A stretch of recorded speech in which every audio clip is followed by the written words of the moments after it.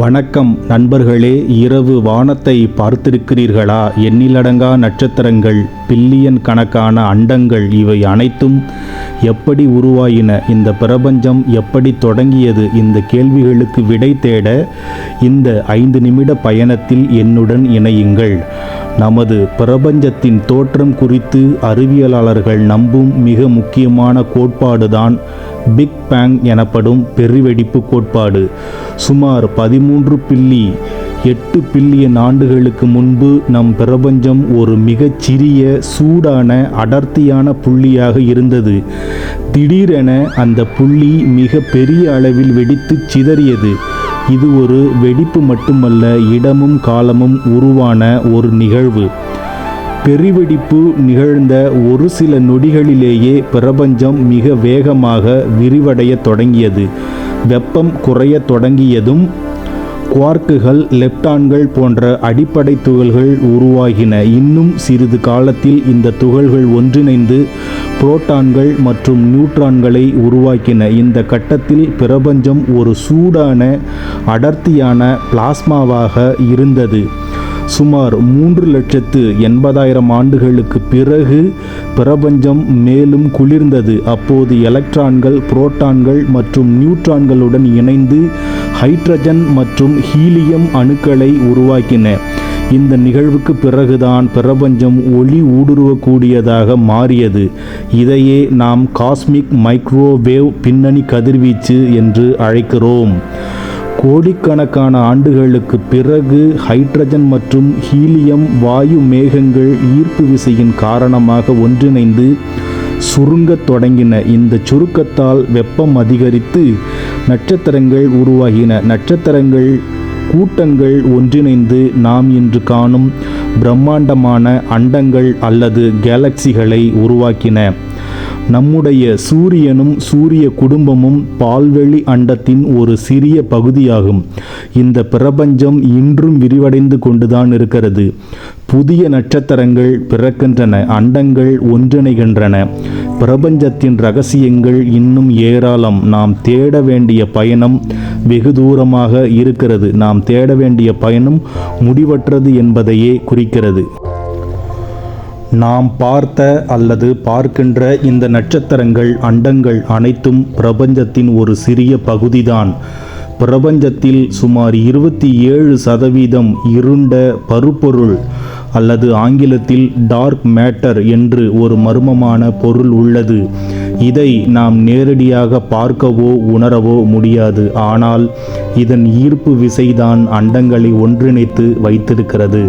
அதேபோல் சுமார் 68% இருண்ட ஆற்றல், டார்க் எனர்ஜி எனப்படும் மற்றொரு மர்மமான சக்தி பிரபஞ்சம் இவ்வளவு வேகமாக விரிவடைவதற்கு காரணமாக இருக்கிறது என்று அறிவியலாளர்கள் நம்புகிறார்கள். இந்த இருண்ட பருப்பொருளும் இருண்ட ஆற்றலும் இன்னும் நமக்கு முழுமையாக புரியாத புதிர்களாகவே உள்ளன.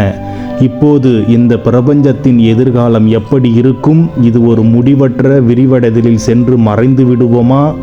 அல்லது ஒரு நாள் இந்த விரிவடைதல் நின்று பிரபஞ்சம் மீண்டும் சுருங்கத் தொடங்கி ஒரு புதிய பிக் பேங்கிற்கு வழிவகுக்குமா? இந்த கேள்விகளுக்கும் அறிவியலாளர்கள் இன்னும் பதில்களை தேடிக்கொண்டுதான் இருக்கிறார்கள். எது சரியான பதில் என்று நமக்கு இன்னும் தெரியவில்லை. பிரபஞ்சம் என்பது ஒரு மாபெரும் ஆய்வுக்கூடமாகவே தொடர்கிறது. இந்த அத்தனை பிரம்மாண்டமான நிகழ்வுகளுக்கு பிறகுதான் நம்முடைய பூமி உருவாகி அதில் உயிர்கள் தோன்றி நாமும் இந்த பிரபஞ்சத்தை பற்றி சிந்திக்கின்றோம், அதில் வாழ்ந்தும் வருகிறோம். நாம் இந்த பிரபஞ்சத்தின் ஒரு சிறிய பகுதி என்றாலும் அதன் ரகசியங்களை அறியும் ஆர்வம் நம்மை மேலும் மேலும் வியக்க வைக்கிறது. பிரபஞ்சம் என்பது ஒரு முடிவற்ற புத்தகம். ஒவ்வொரு நாளும் புதிய அத்தியாயங்கள் எழுதப்படுகின்றன. இந்த அற்புதமான பயணத்தில் எங்களுடன் இணைந்திருங்கள். உங்கள் கருத்துக்களை கமெண்ட் செய்யுங்கள். மறக்காமல் லைக், ஷேர் மற்றும் சப்ஸ்கிரைப் செய்யுங்கள். இந்த வீடியோ பதிவு நிச்சயமாக உங்களுக்கு பிடித்திருக்கும் என்று நான் ஆழமாக நம்புகிறேன். இந்த பிரம்மாண்டமான பிரபஞ்சம் ஒரு குறிப்பிட்ட விதிகளுக்கு உட்பட்டு இயங்குகிறது. அதில் மிக முக்கியமானது ஈர்ப்பு விசை. இதுதான் கோள்களையும் நட்சத்திரங்களையும் அண்டங்களையும் ஒன்றிணைத்து வைத்திருக்கிறது. ஒளி அதன் வரையறுக்கப்பட்ட வேகத்தில் பயணிக்கிறது. இந்த அடிப்படை விதிகள் தான் நாம் அறியும் இயற்பியல் விதிகளின் மூலம் பிரபஞ்சத்தின் ஒவ்வொரு அசைவையும் தீர்மானிக்கின்றன. இந்த விதிகள் மாறாதவையாக இருக்கின்றன என்பதை நாம் இதுவரை கண்டறிந்திருக்கிறோம். இது பிரபஞ்சத்தை ஒரு கணிக்கக்கூடிய அதே நேரத்தில் வியக்கத்தக்க அமைப்பாக நம்மை மாற்றுகிறது என்பதில் எந்த ஒரு மாற்று கருத்துமே இல்லை. மனித இனம் ஆரம்ப காலம் தொட்டே பிரபஞ்சத்தை பற்றி அறிந்து கொள்ள ஆர்வம் காட்டி வருகிறது. பழங்கால நட்சத்திர ஆய்வுகள் முதல் இன்றைய அதிநவீன தொலைநோக்கிகள் வரை நமது தேடல் தொடர்கிறது. ஹப்பிள் மற்றும் ஜேம்ஸ் வெப் போன்ற விண்வெளி தொலைநோக்கிகள் பிரபஞ்சத்தின் தொலைதூர பகுதிகளை நமக்கு காட்டுகின்றன. புதிய நட்சத்திரங்களின் பிறப்பு, அண்டங்களின் மோதல், ஏன் வேறு எங்காவது உயிர் உள்ளதா என்பதற்கான அறிகுறிகள் என பல்வேறு புதிய தகவல்களை நாம் ஒவ்வொரு நாளும் கண்டறிந்து வருகிறோம். தொழில்நுட்பத்தின் வளர்ச்சி பிரபஞ்சத்தின் மர்மங்களை மேலும் ஆழமாக புரிந்து கொள்ள உதவுகிறது. நாம் அனைவரும் நட்சத்திர தூசியால் உருவானவர்கள் என்று சொல்வார்கள். நம் உடலில் உள்ள அணுக்கள் பல மில்லியன் ஆண்டுகளுக்கு முன்பு நட்சத்திரங்களின் கருவில் உருவானவை. இந்த பிரபஞ்சம் எவ்வளவு பெரியதோ அதே அளவு நமது கற்பனை உலகமும் மிகவும் பெரியது. பிரபஞ்சம் பற்றிய நமது அறிவு ஒருபோதும் முழுமையடையாது.